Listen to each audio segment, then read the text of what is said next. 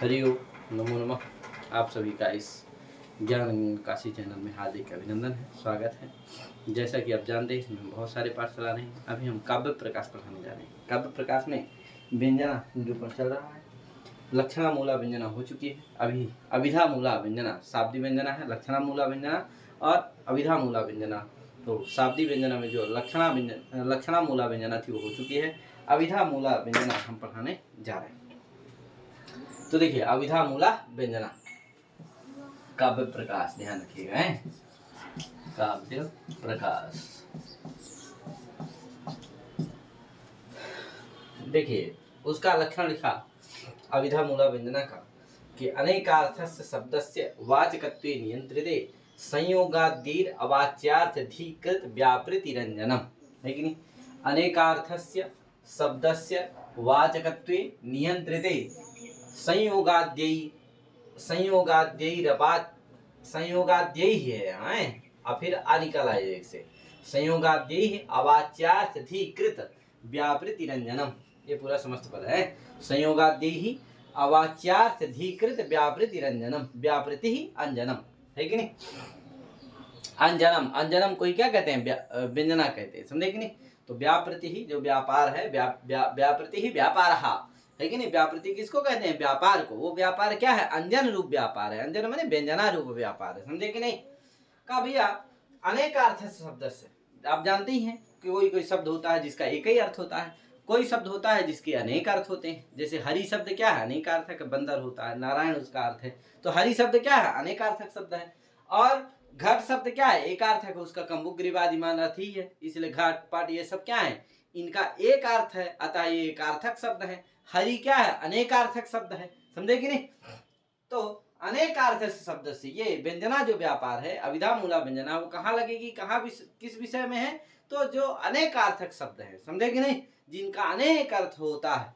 वही कह रहा है अनेकार्थ शब्द से, जो अनेकार्थक शब्द है, जैसे हरि शब्द है, राम शब्द है, आगे आपको बताया जाएगा, मकर ध्वज शब्द है, ये सब क्या है, अनेकार्थक शब्द है। अनेकार्थक जो शब्द हैं उनका अगर संयोगाद्य ही, आगे संयोगादि बताया जाएगा, ये आप लिख दिया हूं, 14 ठो है। संयोगो विप्रयोगस्य साहच, संयोगादि यही है। संयोगादि से कितने लेना है, 14 ठो, यही संयोगादि है, बताया जाएगा आगे है। तो संयोगाद्य ही माने संयोगो विप्रयोगस्य साहचर्यम विरोधिता अर्थः प्रकरणम लिंगम शब्दान्य शब्दस्यन्यस्य सन्निधि सामर्थ्यम औचिति देशः कालो व्यक्ति स्वरादयः शब्दार्थस्य नवच्छेदे विशेष स्मृति हेतवः। इन जो 14 जो संयोगादि है, इनके द्वारा जब क्या होता है, वाचकत्व नियंत्रित, क्या होता है, वाचकत्व जब नियंत्रित होता है, वाचकत्व जब नियंत्रित हो जाता है। जैसे सशंक चक्रो हरि, देख लीजिए उदाहरण इसको,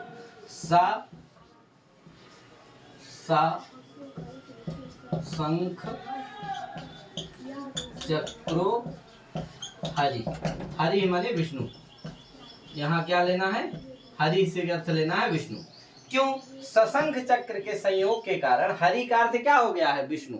अतः संयोग के द्वारा क्या हो गया, अनेकार्थक जो हरि शब्द है उसका वाचकत्व नियंत्रित हो गया कि नहीं हो गया।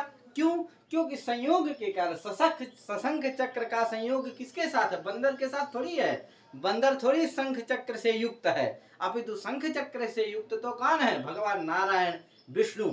अतः सशंख चक्र के संयोग के कारण क्या हो गया, हरि का जो वाचकत्व है वो नियंत्रित हो गया कि उसका अर्थ क्या है, हरि विष्णु नारायण, समझे कि नहीं। अतः संयोगादि, इसी तरह से अन्य भी मिले हैं, विप्रयोग से भी होता है, साचर से भी होता है, आगे बताएंगे। तो संयोगाद्य ही अनेकार्थक शब्द से, जो अनेकार्थक शब्द हैं उनका संयोगाद्य ही यानी संयोग विप्रयोग इनके द्वारा वाचकत्व नियंत्रित है। जब वाचकत्व नियंत्रित हो जाता है तो उसमें अवाच्यार्थ अधिकृत, जो अवाच्यार्थ नहीं है, जैसे अब यहाँ हरि अर्थ क्या हो गया, वाच्यार्थ, हरि का अर्थ विष्णु, ये वाच्य हो गया, क्या हो गया, वाच्यार्थ हो गया। अवाच्यार्थ क्या रहा, अवाच्यार्थ रहा जैसे बंदर, क्या ये क्या रहा, अवाच्यार्थ रहा। तो जो अवाच्यार्थ का जो बोध होता है, अवाच्यार्थ धी माने प्रतीति, अवाच्यार्थ धी माने प्रतीति कृत, यानी प्रतीति कराने वाला जो व्यापार है वो क्या, व्यापृति है, व्यापार है, वो क्या है, अंजन है। यानी जो संयोगादि के द्वारा जिस अर्थ में वाचकत्व नियंत्रित हो जाता है, अब फिर उससे अतिरिक्त जो दूसरा अर्थ होता है उसकी यदि प्रतीति होती है तो वो क्या है, वो अर्थ क्या होता है, अवाच्यार्थ होता है और उसकी प्रतीति व्यंजना से होती है और वो व्यंजना क्या होती है, अभिधा मूला व्यंजना होती है। ये आगे और बताया जाएगा आपको ठीक से। ठीक है भैया, तो ये हो गया। संयोगादि में संयोगादि आए तो संयोगादि कै ठो है, 14 ठो है, उनका निरूपण ये है। संयोगो विप्रयोगश्च साहचर्यं विरोधिता अर्थः प्रकरणं लिंगम शब्दस्य अन्यस्य सन्निधि सामर्थ्यम औचिति देशः कालो व्यक्ति स्वरादयः शब्दार्थस्य अनवच्छेदे विशेष स्मृति हेतव। शब्दार्थस्य अनवच्छेदे माने संदेहे, अनवच्छेदे का अर्थ क्या है, संदेहे, संदेहे विशेष स्मृति हेतव माने विशेष तात्पर्य निर्णायक इत्यर्थः। ये तात्पर्य निर्णायक है कि किस शब्द से कहां पर क्या लेना। जैसे सशंख चक्रो हरि में हरि से किस अर्थ का बोध करना है, वक्ता का किस अर्थ को बोध कराने में तात्पर्य है, तो सशंख चक्र जो संयोग है ये क्या है, उस तात्पर्य में निर्णायक है, तात्पर्य में संयोग करता है कि भैया वक्ता यहाँ विष्णु रूप अर्थ का बोध कराना चाहता है हरि से, ना कि बंदर रूप अर्थ का। अतः ये सशंख चक्रो हरि, ये संयोग विप्रयोग, ये सब क्या है, विशेष अर्थ विशेष तात्पर्य के निर्णायक है। संदेह की नहीं, जब शब्दार्थ में संदेह हो जाए, जैसे अनेकार्थक शब्द है तो स्वाभाविक बात है संदेह होगा। जैसे हरि शब्द क्या है, अनेकार्थक शब्द है, तो संदेह होगा कि भैया हरि से क्या लिया जाए, विष्णु लिया जाए, बंदर लिया जाए या और कोई अर्थ लिया जाए। तो संदेह होने पर क्या करता है, क्या करते हैं ये सब, ये विशेष तात्पर्य के निर्णय करते हैं कि वक्ता किस अर्थ का यहाँ बोध कराना चाहता है, वक्ता को किस अर्थ का बोध कराना ही प्रेत है, इस अर्थ को ये क्या करा, इसको ये बताते हैं, इसमें ये संयोग करते हैं। अतः कितने हैं, 14 ठो हैं। संयोग है, विप्रयोग है, साहचर्य है, इनका सबका मैं लक्षण और व्याख्या विशेष नहीं करूंगा। आगे सामान्य उदाहरण और सामान्य रूप से इनका अर्थ बताऊंगा, बहुत ज्यादा नहीं करेंगे। तो संयोगो विप्रयोगश्च, फिर साहचर्य, विरोधिता, विरोध के कारण है, संयोग के कारण। जैसे संयोग तो हो ही गया, शंख चक्र हरि, शंख चक्र के संयोग के कारण हरि का अर्थ क्या है यहाँ, विष्णु, क्योंकि शंख चक्र का संयोग किसके साथ रहेगा, हरि के साथ ही रहेगा, विष्णु के साथ रहेगा, ना कि बंदर के साथ रहेगा। संदेह की नहीं। अतः विप्रयोग, जैसे असंख चक्रो हरि, शंख चक्रो, इसकी जगह क्या कर दीजिए, असंख चक्रो हरि कर दीजिए। क्या, असंख चक्रो हरि, ये हो गया। इसमें शंख चक्र का अभाव, तो जिससे संयोग होता है उसी के साथ ना अभाव होता है, यानी कौन, भगवान विष्णु। तो सशंख चक्रो हरि ये संयोग का हो गया, असंख चक्रो हरि ये वियोग का हो गया, विप्रयोग का हो गया। तो संयोग के द्वारा अर्थ का निर्णय होता है, विप्रयोग के द्वारा तात्पर्य का निर्णय होता है, साहचर्य, साहचर्य माने साथ साथ के द्वारा होता है, विरोधिता, विरोध के कारण भी होता है। आगे देंगे, अर्थ माने होता है फल, फल के द्वारा भी होता है, प्रयोजन वसात भी होता है। अर्थ का अर्थ प्रयोजन भी होता है, जानती है, अर्थो विधेय वस्तु प्रयोजन निवृत्तिषु। अतः अर्थ का अर्थ प्रयोजन भी होता है, प्रयोजन के कारण भी होता है, तात्पर्य का निर्णय होता है, प्रकरण के द्वारा होता है, लिंग के द्वारा होता है, लिंग को उपाधि लिंग है, आगे बताएंगे। शब्दस्य अन्यस्य सिद्धि, अन्य शब्द के सन्निधि के द्वारा भी तात्पर्य विशेष का निर्णय होता है, अर्थ का निर्णय होता है, सामर्थ्य के कारण होता है, औचिति के कारण होता है, औचित्यात होता है, देश जानते ही आप है कि नहीं, देश के कारण भी होता है, काल, काल माने समय, समय के कारण भी होता है, व्यक्ति माने लिंग के कारण होता है, स्वरादि माने उदात्तादि स्वरों के द्वारा भी क्या होता है, अर्थ का निर्णय होता है, तात्पर्य का निर्णय होता है। तो चलते हैं हम एक एक का उदाहरण देते हैं। तो अभी संयोग और विप्रयोग का उदाहरण देख लिए, अब आगे साहचर्य और विरोधिता। साहचर्य का उदाहरण क्या है, तो देखो 2 का हो गया, तीसरा नंबर है साहचर्य। साहचर्य का उदाहरण है राम लक्ष्मणों, राम लक्ष्मणों, राम लक्ष्मणों किसका है, साहचर्य का। क्यों, क्योंकि राम और लक्ष्मण, राम का यद्यपि कई अर्थ होते हैं, बलराम भी होता है और जामदग्नि भी होता है, परशुराम भी होता है, लेकिन राम माने दशरथापत्य भी होता है। तो राम से क्या लिया जाए, राम अनेकार्थक शब्द है कि नहीं है, क्योंकि अनेक अर्थ है उसका, बलराम भी अर्थ है, परशुराम भी अर्थ है, दशरथापत्य भी अर्थ है। तो राम से क्या लिया जाए, तो लक्ष्मण के साहचर्य से, क्योंकि लक्ष्मण जी किसके साथ थे, तो लक्ष्मण जी जो दशरथापत्य राम है, लेकिन दशरथ के पुत्र राम हैं, उन्हीं के साथ क्या लक्ष्मण जी थे। अतः लक्ष्मण के साहचर्य से, लक्ष्मण के साथ होने से यहाँ राम का अर्थ क्या लिया जाएगा, दशरथापत्य ही लिया जाएगा, दशरथ के पुत्र ही लिया जाएगा, ना कि बलराम लिया जाएगा, ना कि परशुराम लिया जाएगा। तो ये साहचर्य का उदाहरण हो गया। अब आता है चौथा नंबर है विरोधिता।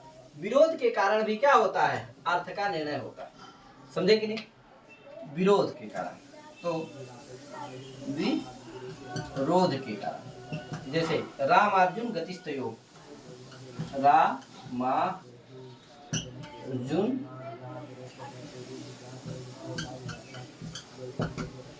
गति। अब देखो यहाँ पर क्या होता है कि राम और अर्जुन दोनों हैं, तो राम से क्या लिया जाए और अर्जुन से क्या लिया जाए, है कि नहीं, राम अर्जुन गतिस्तयो,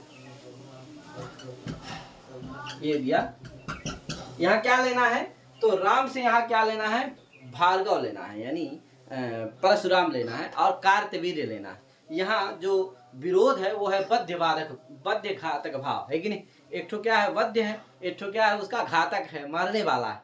तो जो कार्तवीर्य है उसको मारने वाला कौन है, अर्जुन। अर्जुन का अर्थ लेना है क्या, कार्तवीर्य, और राम से क्या लेना है, भार्गव, है कि नहीं।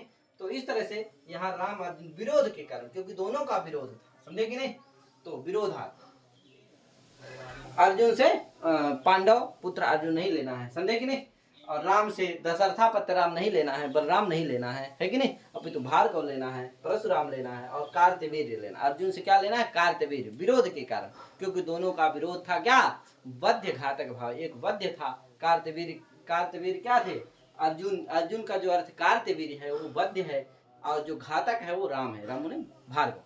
तो इस तरह से और सहानवस्थान रूप भी विरोध होता है, यानी एक साथ ना रहना दोनों का। तो छाया आतपव कह सकते हो, उसका उदाहरण क्या हो सकता है, छाया और आतप, आतपव, समझे, छाया आतपव, छाया आतपव कह सकते हो, यानी छाया जहाँ रहेगी वहाँ आतप माने गर्मी रहेगी, नहीं रहेगी। छाया आतपव विरोधी है दोनों, है कि नहीं।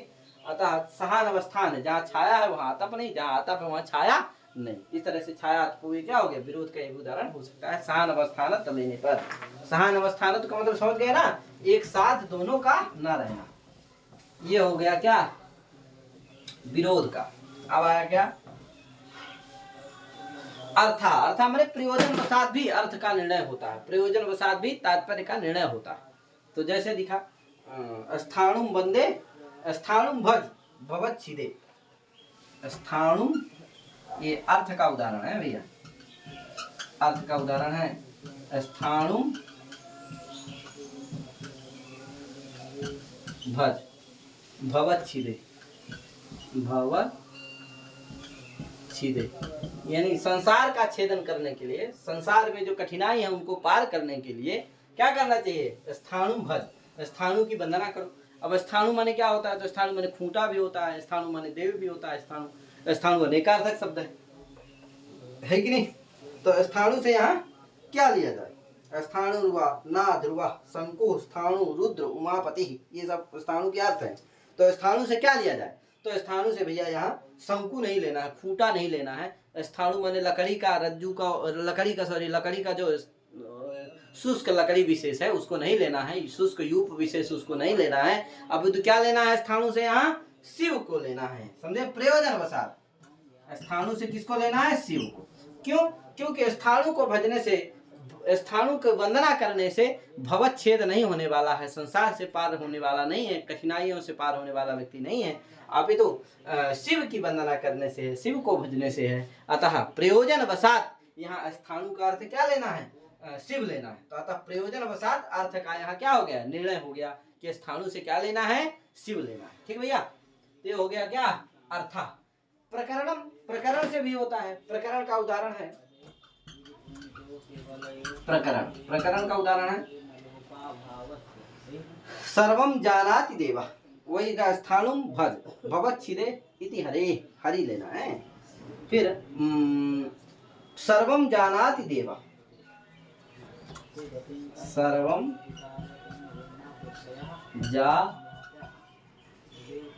जानाति देवा।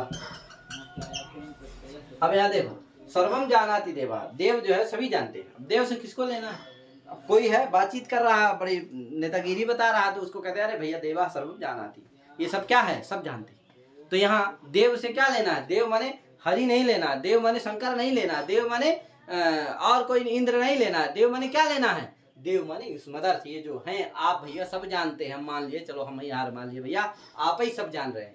तो यहाँ देव से क्या लेना है, युष्मदर्थ माने आप, भगवान, समझे कि नहीं। अतः यहाँ प्रकरण वसात है कि नहीं, कोई प्रकरण चल रहा है, यहाँ देख रहे हैं, यहाँ सब बैठे हैं बातचीत कर रहे हैं, तो कहिए भाई अरे भगवान देवा भगवान सर्वम जानती, देव आप सभी जानते हैं भैया। तो ये देव कहने से क्या लिया जाए, जान लोग बाग बैठे हैं तो ये नहीं सोचने लगेंगे कि देव माने शंकर जी की बात कर रहे हैं, किसकी कर रहे हैं, जो ये बहुत ज्यादा बता रहे हैं, बहुत ज्यादा जान रहे हैं, इनके विषय में कह रहे हैं। अतः युष्मदर्थ, देव का अर्थ क्या होगा, देव का अर्थ युष्मद होगा, भगवान होगा, आप अर्थ होगा, समझे कि नहीं, ना कि देव माने विष्णु शंकर इत्यादि। तो अतः प्रकरण से भी क्या होता है, अर्थ का निर्णय होता है। ऐसे सैंधव माने भी कहते हैं, सैंधव का अर्थ घोड़ा भी होता है, नमक भी होता है। तो जब भोजन का प्रसंग होता है तो सैंधव आने कहने से किसको लाएगा, कोई नमक लाएगा, क्योंकि भोजन का प्रकरण चल रहा है, ना कि युद्ध का घोड़ा लाके थोड़ी रख देगा। लेकिन अगर युद्ध का प्रकरण चल रहा है, युद्ध चल रहा है, उसमें राजा चिल्लाए अरे भैया सैंधव ले आओ जल्दी से हमला करना है, तो उस समय का नहीं ला के दे देगा, नमक थोड़ी दे देगा, लो भैया युद्ध करो, का लेके देगा, घोड़ा देगा, अरे भाई घोड़ा में चढ़ करके राजा युद्ध करेंगे। अतः प्रकरण से भी क्या होता है, अर्थ का निर्णय होता है। तो सैंधव अगर भोजन का प्रकरण है तो सैंधव मतलब होता है नमक, नमक लाएगा। अगर युद्ध का प्रकरण है तो सैंधव से किसको लाएगा, अश्व को लाएगा, घोड़ा को लाएगा। इस तरह से प्रकरण से भी अर्थ का निर्णय होता है। ठीक भैया, आगे क्या हुआ, लिंग, लिंग से भी अर्थ का निर्धारण होता है। जैसे कुपितो मकर ध्वजा, क्या कुपितो मकर ध्वजा,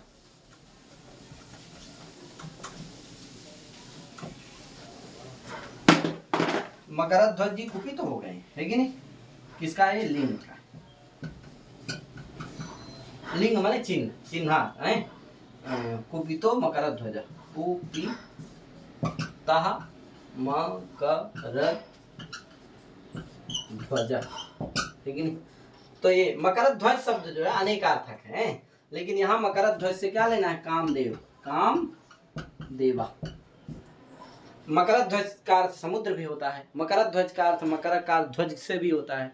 तो मकर ध्वज शब्द अनेकार्थक है, लेकिन यहाँ कुपित जो कोप है वो किस में रह सकता है, कोप समुद्र थोड़ी कर सकता है, कोप अचेतन है, कोप ध्वज मकराकार ध्वज थोड़ी कर सकता है, कोप तो कौन कर सकते हैं, कामदेव ही कर सकते हैं। अतः कोप रूप चिन्ह के कारण, कोप रूप लिंग के कारण मकर ध्वज से क्या लेना है, यहाँ कामदेव ही लेना है, ना कि मकराकार ध्वज लेना है, ना कि मकर ध्वज से समुद्र लेना है। ठीक भैया, तो लिंग के कारण भी अर्थ का निर्णय होता है, अर्थ का निर्धारण होता है।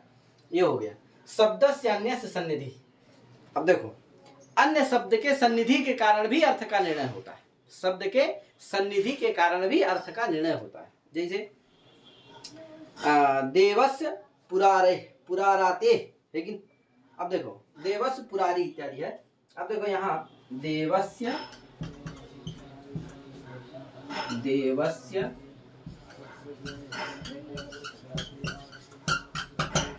अब यहाँ देव से किसको ले, तो देव से क्या लेना है भैया, तो देव से क्या लेना है, अमरा निर्जरा देवा, ये देव शब्द अनेकार्थक है।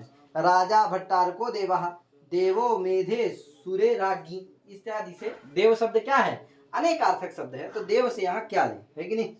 तो कहा यहाँ जो है देव से क्या लेना है, पुरारे का पुराराती माने पुरारी, पुर नाम का कोई राक्षस विशेष था, उसका जो अरि हो, शत्रु हो। तो यहाँ पुरारी पुराराते है, पुरारी इस शब्द के सन्निधान के कारण देव से अर्थ क्या लेना है, देव से यहाँ शिव लेना है कि नहीं, त्रिपुरारी कहते हैं ना, तो शिव लेना है, क्या लेना है, शिव, और कोई दूसरा देव नहीं लेना। तो ये अन्य शब्द के सन्निधि के कारण भी देव शब्द, देव जो शब्द है उसका अर्थ विशेष निर्धारण हो गया कि देव से शिव लेना है, कोई अन्य देवता नहीं लेना है, देव से भगवान आदि नहीं लेना है, समझे कि नहीं। तो ये हो गया क्या, शब्द से अन्य से सन्निधि, है कि नहीं। सामर्थ्यम, सामर्थ्यात भी होता है, जैसे सामर्थ्यात होता है, जैसे मधुना मत्ता कोकिला, मधुना मत्ता कोकिला। अब यहाँ कोकिला मैंने जानते ही है कि नहीं, कृष्णा काका बाका पिका कृष्णा को काका को भेदा पिक काकयो वसंत काले संप्राप्ते काका काका पिका, समझे कि नहीं। कृष्णा काका कृष्णः पिकः को भेदः पिक काकयोः वसंत काले संप्राप्ते काकः काकः पिकः पिकः, है कि नहीं। तो पिक भैया पिक है, अगर उसकी जैसे वाणी बोला तभी पता चलता है, क्योंकि काला कौवा भी काला होता है और कोयल भी काली होती है, दोनों में अंतर समझ में नहीं आता। लेकिन जब बसंत काल होता है तो कोयल जब बोलती है तो उसका सुस्पष्ट पता चलता है कि ये कोयल है, और कौवा जब बोलता है तो उसका अलग कौन कौन बोलता है, कोयल कितनी मधुर सुरीली आवाज बोलती है तो लगता है हाँ क्या बात, तो सुस्पष्ट भेद हो जाता है दोनों में, समझे कि नहीं। तो ये क्या है, सामर्थ्यात, सामर्थ्य का उदाहरण है, सामर्थ्यात, सामर्थ्य। अब देखो इसका उदाहरण है मधुना मत्तः कोकिला, मधुना मत्तः कोकिला, कोकिला माने कोयल है भैया, कोकिला। अब मधु शब्द जो है अनेकार्थक शब्द है, मधु माने पुष्परस भी होता है, मधु माने चैत्र भी होता है, मधुमास है। तो मधु माने क्या है, मधु अनेकार्थक शब्द, मधु माने मधुमास, चैत्र भी होता है, मधु माने पुष्परस भी होता है, मधु माने बसंत भी होता है। तो क्या क्या किया जाए, तो कोकिल आदि के सामर्थ्य आदि यहाँ क्या हो जाएगा, क्योंकि कोकिल जो है वसंत काल में ही बोलता है कि नहीं, उसकी वाणी होती मत तभी होता है, वो मदमस्त होता है। कब, कोकिला कब मदमस्त होता है, कोयल कब मदमस्त होती है, वसंत काल में। अतः सामर्थ्यात यहाँ कोकिल के कारण, सामर्थ्य होने के कारण मधु से क्या लिया जाएगा, मधु वसंतः, वसंतः, समझे कि नहीं, मधुर वसंतः। ये हो गया सामर्थ्य। औचित्य का है, औचित्य का है, औचित्य का उदाहरण, औचिति, इसका उदाहरण है औचिति। औचित्यात है पात वो दैता मुखम, पात वो दैता मुखम, वह युष्माकम दैता मुखम पात रक्षतु, है कि नहीं। तो द ई ता, दैता वाले पत्नी होती है, दैता मुखम, है कि नहीं, पात पात। तो यहाँ मुखम से क्या लेना है, सामुख्य लेना है। क्या, औचित्यात यहाँ मुख से क्या लेना है, सामुख्य लेना है। मुख माने गात्र विशेष भी होता है, गात्र होता है, ये सब मुख नहीं। दैता मुखम पाती, वहां मतलब है कि दैता का, दैता जो है क्या हो जाए, हमारे अनुकूल हो जाए, गुस्साई हुई है दैता पत्नी, है कि नहीं। तो उससे प्रार्थना की कि भैया क्या हो जाए, दैता हमारी हमारे अनुकूल हो जाए, हम जैसा चाह रहे वैसा चलने लगे, है कि नहीं। हमको एक लोटिया पानी दे दे, एक गिलास पानी दे दे, रोटी दे दे, ये अनुकूल हो जाए, इसका मतलब तात्पर्य है। तो यहाँ मुखम से क्या लेना है, मुख माने उसका क्या हो जाए, पातु रक्षत, ऐसे बात नहीं है भैया। कोई नहीं कहता हमारी पत्नी की मुख को क्या कर, आप रक्षा करो, देखो ताको, ऐसा थोड़ी कहता। क्या करो, वो क्या हो जाए, अनुकूल हो जाए, हमारे जैसा हम चाह रहे हैं वैसा चलने लगे, यहाँ तात्पर्य इसमें है। अतः औचित्यात, यहाँ मुख का अर्थ क्या हो जाएगा, सामुख्य, अनुकूल अर्थ हो जाएगा, समझे कि नहीं। सामुख्य अर्थ हो जाएगा, अनुकूल अर्थ हो जाएगा, अनुकूल्य, आए भैया। तो ये औचित्यात हो गया। देशा, कहीं कहीं देश के कारण भी अर्थ का निर्णय होता है, जैसे भाति अत्र परमेश्वरा, अत्र परमेश्वरा भाति, है कि नहीं, भाति अत्र, भाति अत्र परमेश्वरा, समझे। अब देखो यहाँ अत्र पर भाति माने अच्छा लगते हैं, परमेश्वरा यहाँ अत्र माने यहाँ परमेश्वर अच्छा लगते हैं। अब देखो देश के कारण परमेश्वर का अर्थ शिव नहीं लेना है, परमेश्वर का अर्थ नारायण नहीं लेना है, परमेश्वर का अर्थ राजा लेना है। परमेश्वर का अर्थ क्या लेना है, राजा। क्यों, देश के कारण, क्योंकि देश का कौन होता है, परमेश्वर आदि ना होता है, देश का परमेश्वर कौन होता है, राजा होता है। अतः देश के कारण यहाँ परमेश्वर से क्या लेना है, राजा लेना है। देश के कारण यहाँ परमेश्वर का अर्थ राजा लेना है, ना कि परमेश्वर का अर्थ शिव नारायण इत्यादि नहीं लेना है, समझे कि नहीं। तो देश से भी क्या होता है, अर्थ विशेष का निर्धारण होता है। काल से भी होता है, काल मतलब समय, काल से भी अर्थ का निर्णय होता है, काल से अर्थ का निर्धारण होता है। जैसे चित्रभानुर्विभाति, चित्रभानुर्विभाति, चित्रभानु अच्छा लगते हैं भैया। चित्रभानु के अर्थ दो, चित्रभानु अनेकार्थक शब्द है, चित्रभानु के दो अर्थ, क्या अर्थ है। एक तो चित्रभानु का अर्थ होता है सूर्य, एक होते हैं चंद्रमा।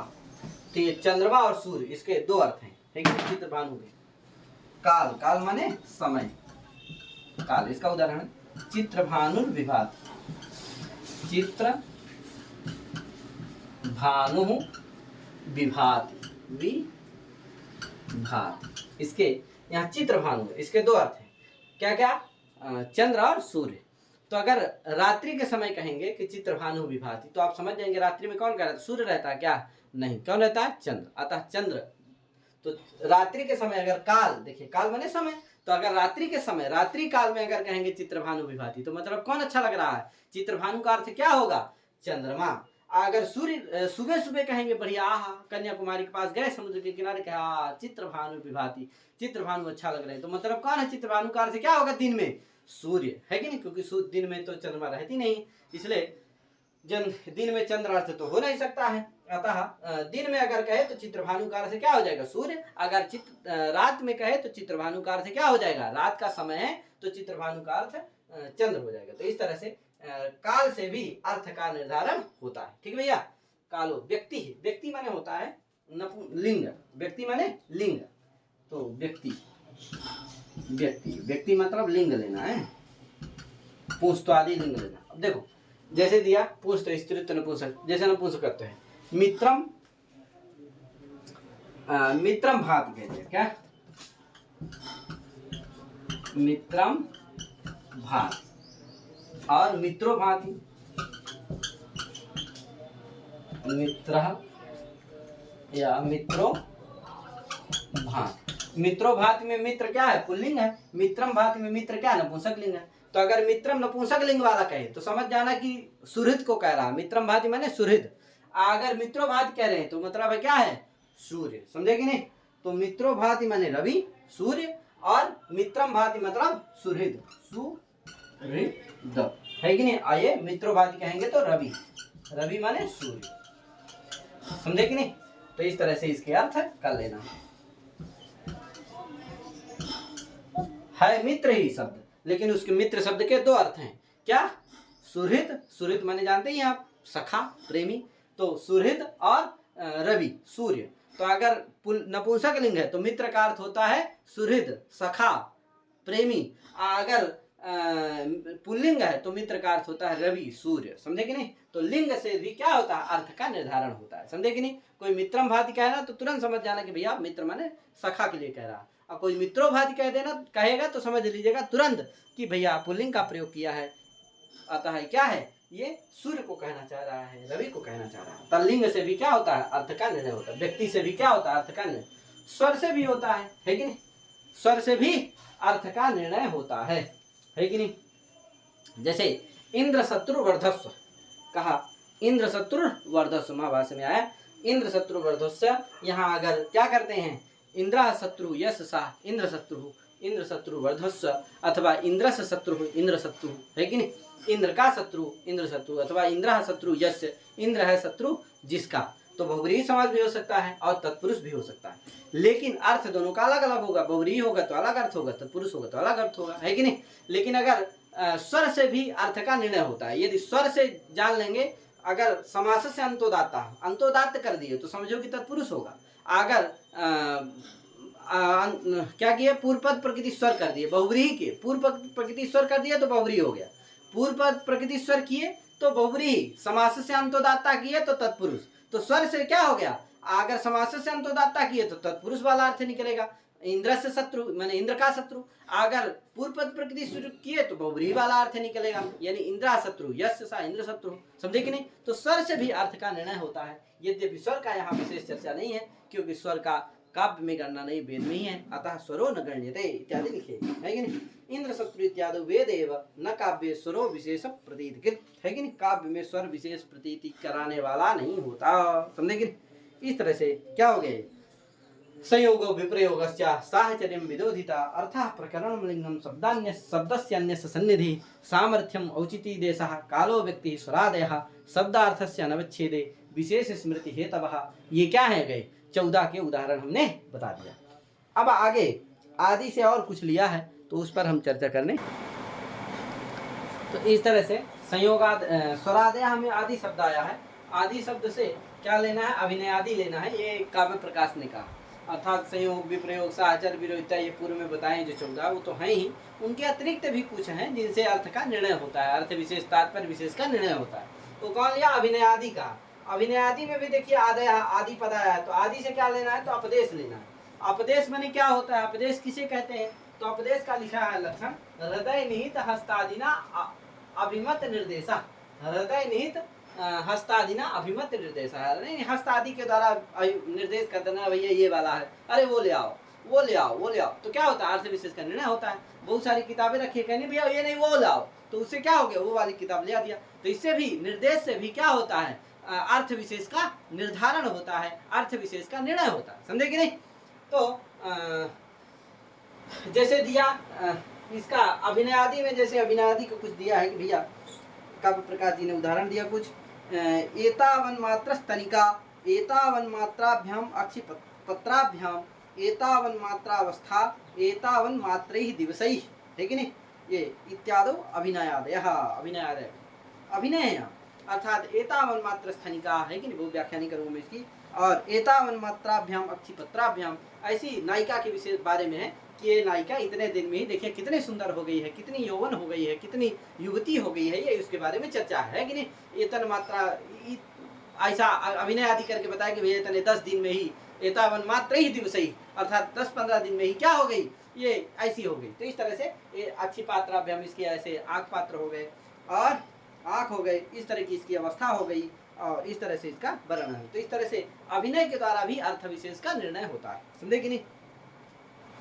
और इसका दिया है अभिमत निर्देशा, अपदेश। अपदेश का उदाहरण ये दिया कुमार संभव का है, इतः सा दैत्यः प्राप्त सिर नयित एवारह दीक्षयम विष वृक्षों की संवर्ध स्वयं छेत्तुम असाम प्रथम। ये कुमार संभव का उदाहरण है। इतः शब्द आया है, यद्यपि इत शब्द क्या है? इस शब्द के अनेक अर्थ होते हैं, लेकिन निर्देश विशेष से बुद्धि परामर्शक होने के कारण निर्देश से, अभिमत निर्देश से भैया इता इता, इस तरह से क्या हो सकता है? इसका अर्थ का निर्धारण होता है। समझे कि नहीं?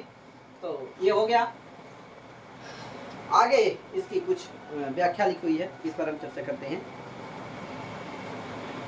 इत्थम संयोगादिभिः अर्थांतराविधायकत्वे, है कि नहीं? अर्थांतराविधायकत्वे, संयोगादि के द्वारा अर्थांतर का अविधायकत्व निवारित, अर्थांतराविधायकत्व निवारित। संयोगादि के द्वारा जब अर्थ विशेष का निर्धारण हो जाता है, वाचकत्व नियंत्रित हो जाता है, तो अर्थांतर का अविधान नहीं हो सकता। समझे कि नहीं? तो अर्थांतर का विधान जिसके द्वारा होता है, अविधा के द्वारा तो हो नहीं सकता, शक्ति के द्वारा तो अर्थांतर का विधान हो नहीं सकता। क्यों? क्योंकि संयोगादि के द्वारा किसी विशेष अर्थ में अविधा का क्या हो गया है? निश्चय हो गया है, अविधा गृहीत तो हो गई है, निश्चित हो गई है। अतः अर्थांतर का जो बोध है वो अविधा के द्वारा संभव नहीं है। अतः अर्थांतर का बोध जिससे होता है, जिस व्यापार से होता है, उसी व्यापार का नाम है अंजन व्यापार, व्यंजना व्यापार। समझे कि नहीं? वही कहना चाह रहे हैं कि संयोगादि भी अर्थांतरा विधायकत्व निवारिते अनेकार्थ शब्दस्य, अनेकार्थ शब्दस्य संयोगादि भी, संयोगादि के द्वारा अर्थांतरा विधायकत्व निवारिते, अर्थांतरा विधायकत्व निवारण होने के बाद यत् क्वचित अर्थांतर प्रतिपादनम, जहाँ कहीं पर भी, जरूरी नहीं कि सब जगह अर्थांतर का बोध होता ही है, कहीं जहाँ कहीं भी अर्थांतर का बोध हो तो वो जिससे बोध होता है उसी का नाम है अभिधा मूला व्यंजना। समझे कि नहीं? तत्र नाभिधा नियमनात् तस्याः, वहाँ अभिधा हो नहीं सकती अर्थांतर में, क्योंकि अभिधा का संयोग आदि के द्वारा अर्थ विशेष में नियमन हो चुका है। समझे कि नहीं? न च लक्षणा मुख्यार्थवादाद्य भावात्, लक्षणा भी नहीं हो सकती क्योंकि लक्षणा 3 हेतु है उसके, तो न मुख्यार्थवाद है, न मुख्यार्थ के साथ संबंध है, न प्रयोजन रूढ़ी है, इसलिए लक्षणा भी नहीं हो सकती। अपितु अंजनम व्यंजनम एवं व्यापार, अंजन ही व्यापार है, व्यंजना ही व्यापार है। समझे कि नहीं? यथा, जैसे उदाहरण एक ठो दे रहे हैं जहां पर अविधा से भी बोध होता है और व्यंजना से भी बोध होता है, ऐसा उदाहरण देने जा रहे हैं ग्रंथकार। समझे कि नहीं? अभी यहाँ सशंख चक्रो हरि इत्यादि में तो केवल अभिधा के द्वारा बोध हो गया। समझे कि नहीं?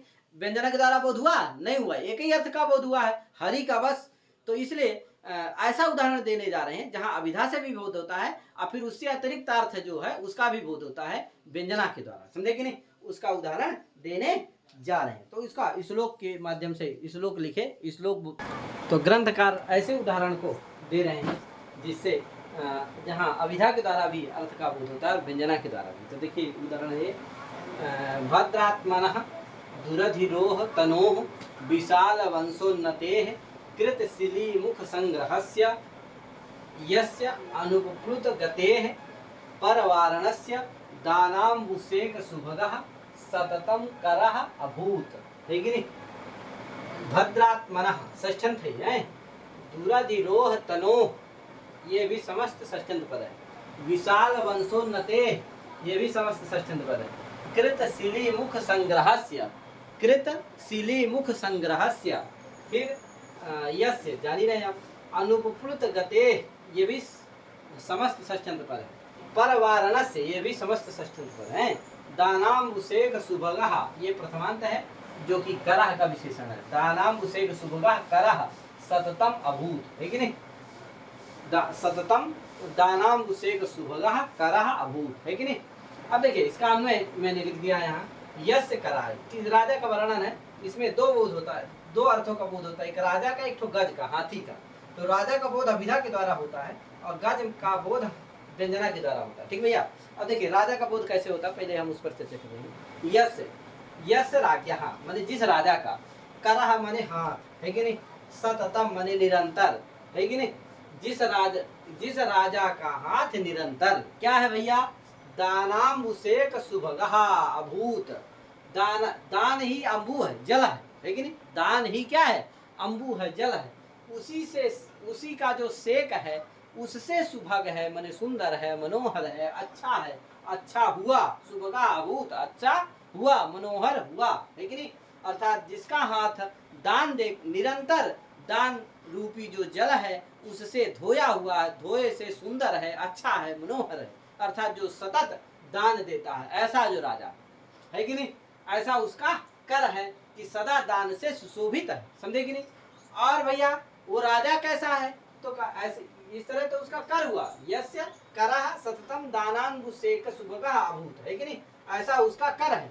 वो राजा कैसा है? तो राजा के विशेषण है, भद्रात्मनः राजा है, राज्ञः दुराधिरोह तनोः राजा राज्ञः, और विशाल वंशोन्नतेः राज्ञः, कृतशिली मुख संग्रहस्य राज्ञः, अनुपप्लुत गतेः राज्ञः, परवारणस्य राज्ञः, है कि नहीं? ये सब राजा के विशेषण है। कैठो है? कैठो विशेषण राजा के? 1 2 3 4 5 और ये 6 राजा के विशेषण। देखिए कैसे है? भद्रात्मनः, है कि नहीं? भद्रम माने भद्र माने अच्छा, कल्याणम आत्मना स्वरूपम यश सा यश तस्य भद्रात्मनः, समझे कि नहीं? अर्थात उस राजा का स्वरूप अच्छा है, दिव्य है, ये नहीं कि अंग भंग है, लूला टेढ़ा है, काला है, ऐसा नहीं। भद्र अच्छा स्वरूप है जिसका, ऐसा वो राजा है कि नहीं? तो भद्रात्मनः राज्ञः, है कि नहीं? भद्रात्मनः माने सुंदर स्वरूप है जिसका, ऐसा जो राजा। और दुराधिरोह तनो, है कि नहीं? जिसका परैः अभिभवनीय तनु यश सा यश तस्य दुराधिरोह तनु, दुराधिरोह माने दुराधिरोह परैः अभिभवनीय तनु शरीरम यश तस्य दुराधिरोह तनो, अर्थात जिसका शरीर दूसरे के द्वारा तिरस्करणीय नहीं है, अतिरस्करणीय है, ऐसा शरीर वाला जो, ऐसा शरीर वाला वो राजा है। तस्य राज्ञः, उस राजा का, है कि नहीं? उस राजा का कर हाथ क्या है? सदा दान रूपी जो जल है उससे नहाए हुए से सुंदर लग रहा, सुंदराभूत राजा सुभग हुआ, है कि नहीं? और कैसा हो राजा? विशाल वंशोन्नते है, विशाल जो वंश है उसकी, विशाले वंशे उन्नति यश तस्य विशाल वंशोन्नते, जो विशाल वंश है उसमें उन्नति, विशाल वंश में उन्नति हुई है जिस राजा की, ऐसा वो राजा है। उस राजा के कर, उस राजा का जो कर है वो सदा सुशोभित हो रहा है, समझे कि नहीं? और भैया अथवा इसमें एक ठेऊ समास कर सकते हो, विशाल वंशः उन्नति यस्मात् तस्य विशाल वंशोन्नते, विशाल वंश की उन्नति है जिससे, ऐसे ऐसा वो राजा, अर्थात वो विशाल वंश को उत्पन्न करने वाला है, ऐसे वैसे वंश को नहीं, समझे कि नहीं? और भैया कृतशिली मुख संग्रहस्य, और वो राजा आलसी नहीं है, सदा लगा रहता है कार्य में। किस कार्य में भैया?